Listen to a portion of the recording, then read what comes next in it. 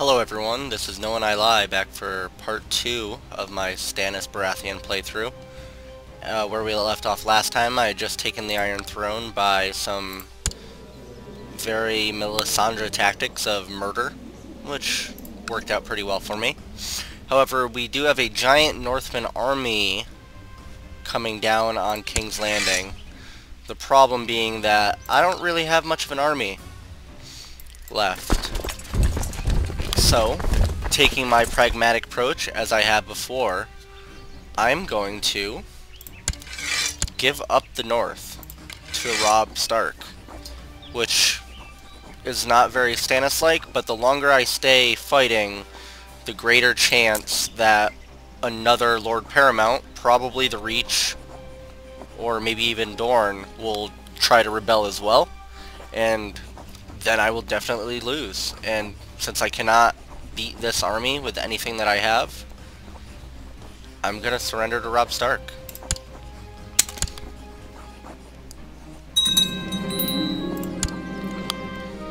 Just getting our pop-ups from the end of last game there. Now, having succeeded in my ambition of seeing myself on the Iron Throne, I'm gonna pick a new one, which will be become exalted among men, which we have to gain 4,000 prestige, which probably won't be a problem if I can hang on to the Iron Throne. And I'm doing that because it'll improve all of my vassals' opinions of me by 25, which is real handy when you worship R'hllor. As you can see, a lot of people don't like me very much, and they're gonna be rebelling very shortly.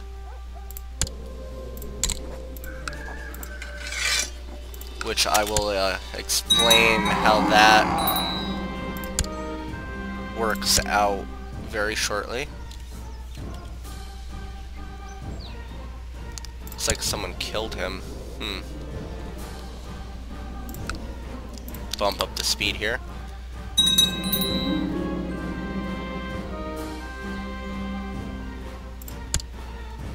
And there we go. I have lost the War of Northern Independence. Which, if we go to independent territories here, you'll see the North and the Riverlands are separate. Which the rest of the Lords Paramount should come under my authority again very shortly.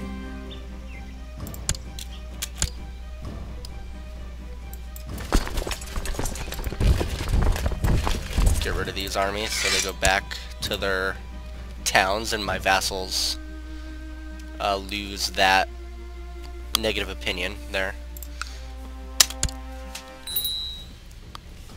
And as we see, vassals are already planning on revolting.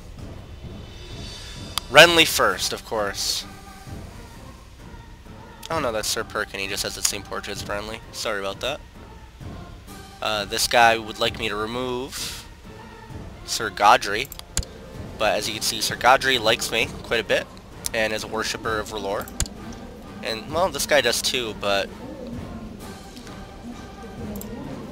I like Godry, so he's gonna stick with me. Reduce this army back down.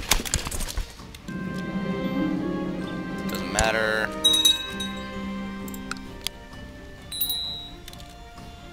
And there we go.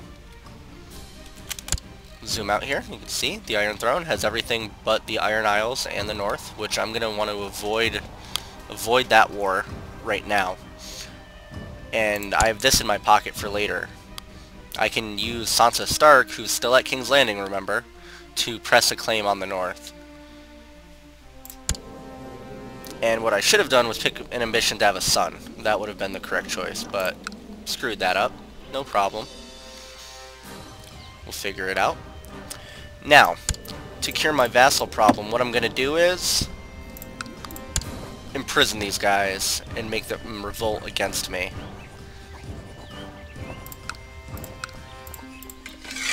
As you can see, I can spend 100 prestige to revoke this title from him. He betrayed me in the war, so it's mine. And no one will get angry at me for doing it, so I'm going to go ahead and trigger that. And same here. And you always have to just make sure you have this message here, because if not, people really get angry when you revoke titles without cause.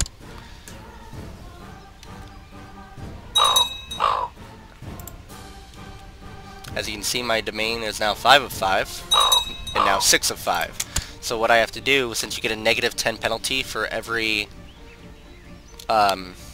domains over your max, I'm going to give that away. Now I'm going to give it to someone who worships R'hllor.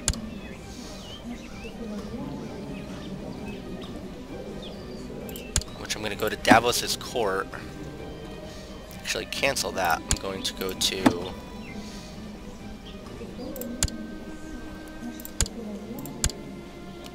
Let's see, who do we have? Who do I know worships R'hllor here? When that doesn't work, there's a character selection, and I can just go here.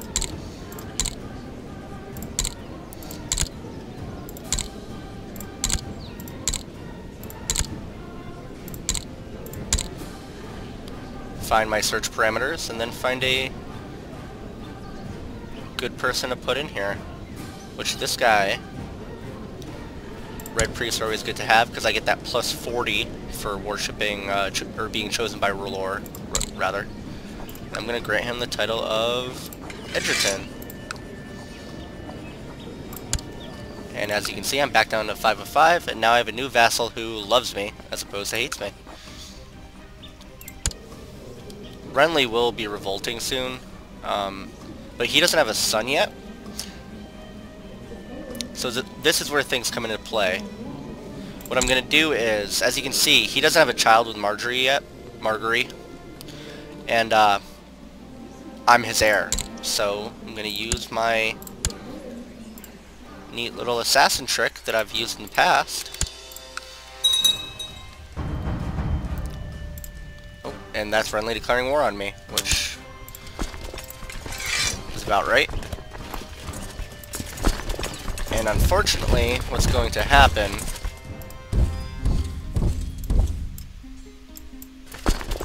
another lord, probably Mace Tyrell, is going to join this war, which will be very bad for me.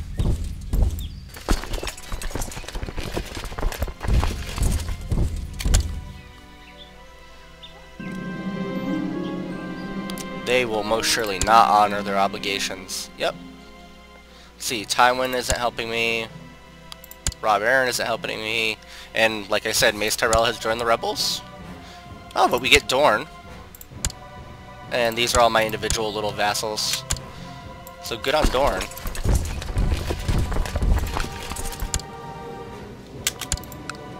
Hopefully I get that Red Priest notification soon.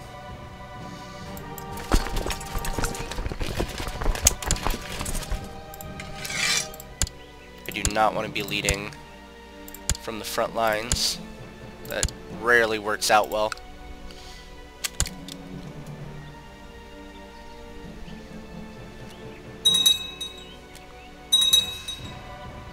And there goes all of the vassals in the Crown Lands. Yep, that's to be expected. And hence why I was trying to avoid this from the start. And luckily for me, I get to do this. Renly dies. And the war ends. Lucky me. Being a worshipper of R'hllor is very, very handy. Now all these guys can go away.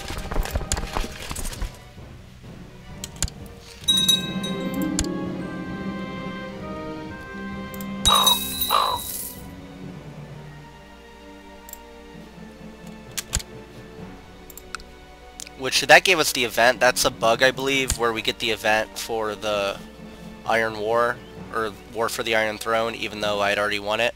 That messes some things up, I think, so we're going to see how that goes. Now again, same basic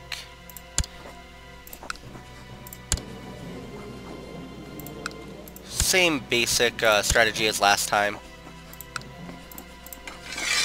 going to take these lands, give them to people who like me a little bit better. Even though that guy worships R'hllor, he's kind of a jerk since he rebelled. It looks like because of the way the war ended, we still have some independent lords here. But we can fix that.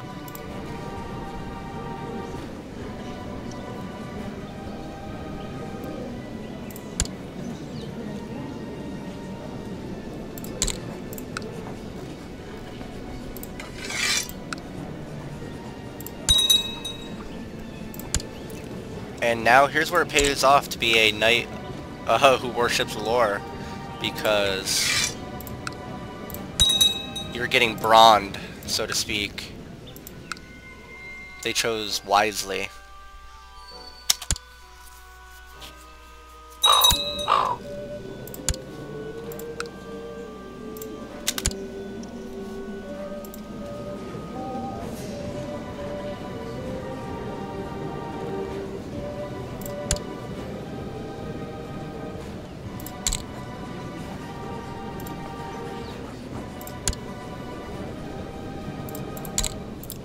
This is kind of the cool thing about this game. There's so many ways to win or succeed without fighting, and usually that's the better way to go about things. It's usually not the best idea to just go in guns blazing all the time. It rarely works out in your favor unless you have a far superior ability to wage war. That's why playing as the Reach is actually a lot of fun, because they just have a ton of soldiers. Now Mace Tyrell rebelled. I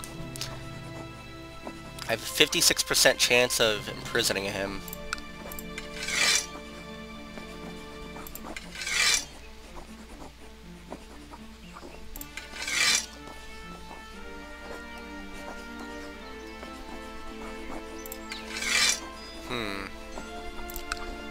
I think I'm gonna actually leave that for now, because if I do that, it's gonna start another war immediately, and that's not what we want to happen. I need to consolidate my power here.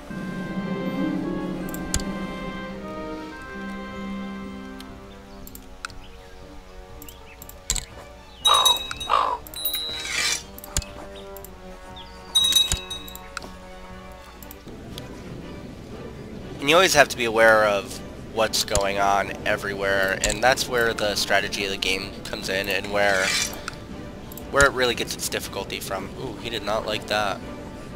Oh, I have too many duchies, which they are basically the higher lordships rather than areas. So I have to find out which, because I have the Stormlands, Shipbreaker Bay, Dragonstone. I think what I'm going to do is find Davos and give him a high lordship, since he already owns one lordship. I should give him the one above that, so he has Rainwood, but I don't have high lordship with the Rainwood, but I'm going to create it, which gets me prestige, which gets me higher to my ambition. Then give him the high lordship with the Rainwood. There we go. Back to 5 of 5. But I do have the Stormlands, which I should give to my heir, but my heir is Shireen, so I'm not giving her anything.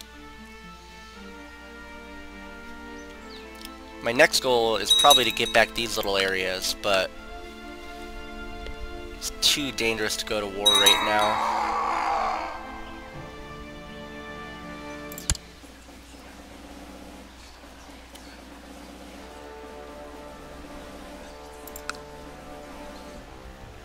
Alright. The Iron Islands, obviously also a priority.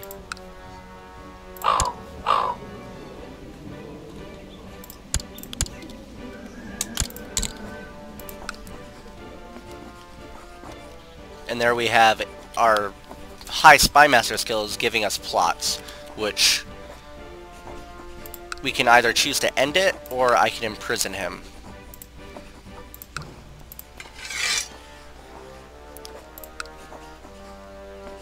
Which I will give that a go. Perfect. That is fantastic, actually. Now, I tried to imprison him, but he rebelled. So now I get to crush him. Hopefully no one will interfere, which would probably be bad.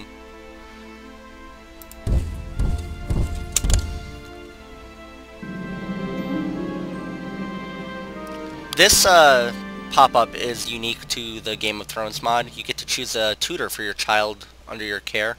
You can do a court tutor, a academic tutor, good with numbers, so they're going to get higher stewardship, or command. I don't want to spend that much money on Shireen, so she can read a book, do it herself. Not really concerned.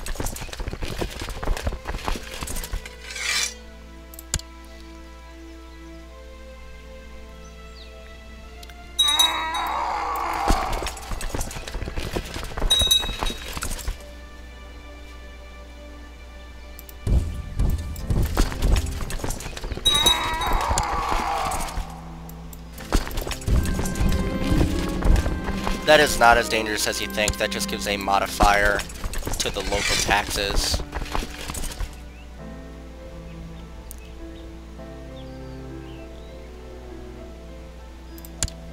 Alright, now get Stannis out of that army so I don't get myself killed. We'll put Brienne leading the army, which is kind of awesome. I think I'm going to knight her after this battle. She can go mess up those guys. And now there's nothing to do but wait. Wait and watch. Little battle going over here, but it doesn't really matter. Just those tiny little skirmishes aren't that important.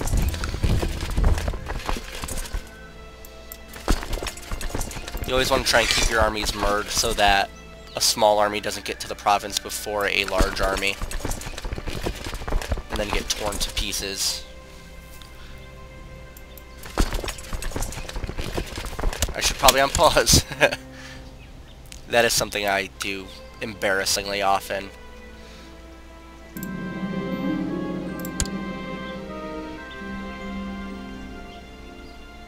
Now it wants me to pick a Warden of the North, but I don't have a North. So I'm just going to leave that blank for now.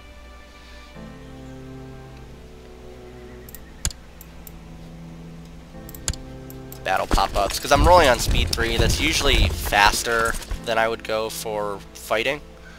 In fact, I will bump it down to 2 here. Hopefully that army... Nope, can't catch them. Brienne's army is just going to chase this little army all over the countryside, it seems.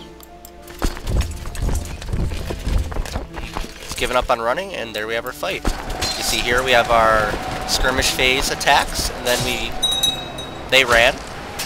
We'll move on to melee shortly. They're going to run. Excellent. And now we've flanked him in the melee phase and wiped him out. Perfect.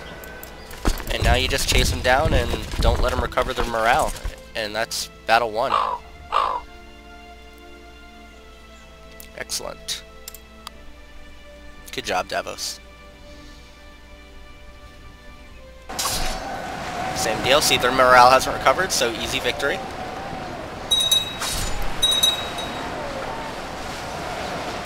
And that's 100% surrender because they have no more army left. So we'll enforce our demands here. Now he's in prison. Go to our intrigue menu. Prisoners. Wrong one. I don't know why he's in prison. He can get out. Releasing people from prison is really handy. Makes people like you much better. Now he's in my jail. I'm going to revoke his title, which I now have. And as we just did, find someone who likes me. Or will like me. Let's see, Gowan. Oh, Justin Massey. Perfect. For some reason I really like Justin Massey. I have no idea why. We will make him. Where is it?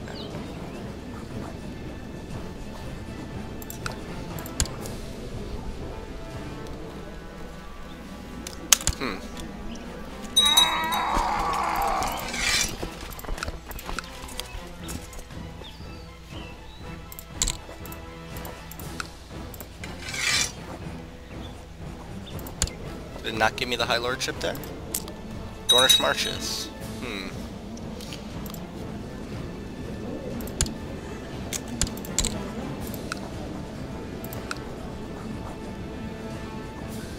Maybe I read that wrong, but that's fine. We'll give him...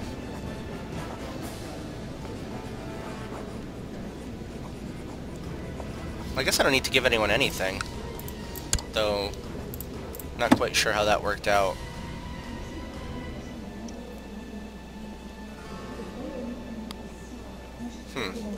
Interesting. Now, as you can see, he hates me quite a bit, but that does not matter, since I took his High Lordship, but still a lot of people hate me. I have to get rid of 2 duchies here, yeah.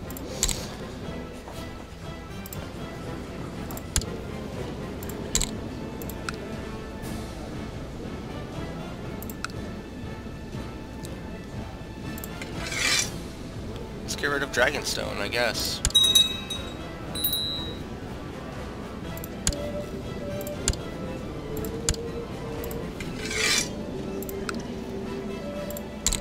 Which I probably should have gotten rid of one where I didn't have the lower... Like, I owned the lower domain of Dragonstone, so I lost that, but Dragonstone's pretty useless, so not a big concern of mine. And one more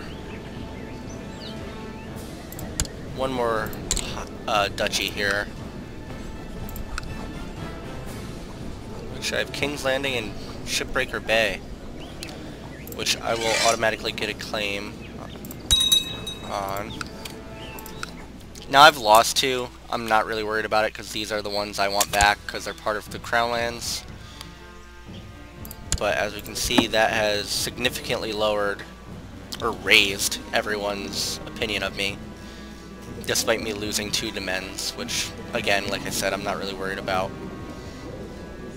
He can't have that.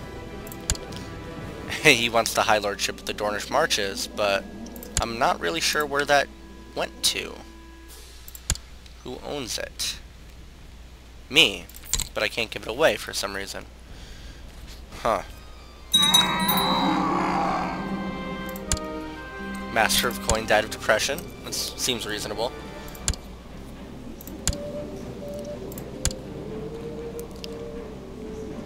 This seems like a terrible decision, but that's okay.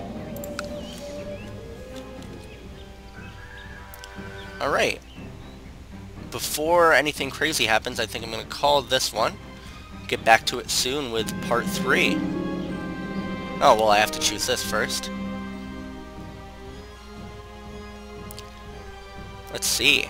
I have to pick whether I want to raise my fertility and prestige or raise my piety. And while piety is very important for a priest, I'd like to get back up to 200 so I can execute someone easily. I need a male heir, so we're choosing hedonism. I don't know who I'm trying to kill. No thanks, Bravosi. Alright, now that we are King Stannis, the slight hedonist, we'll take a break. Thanks, guys.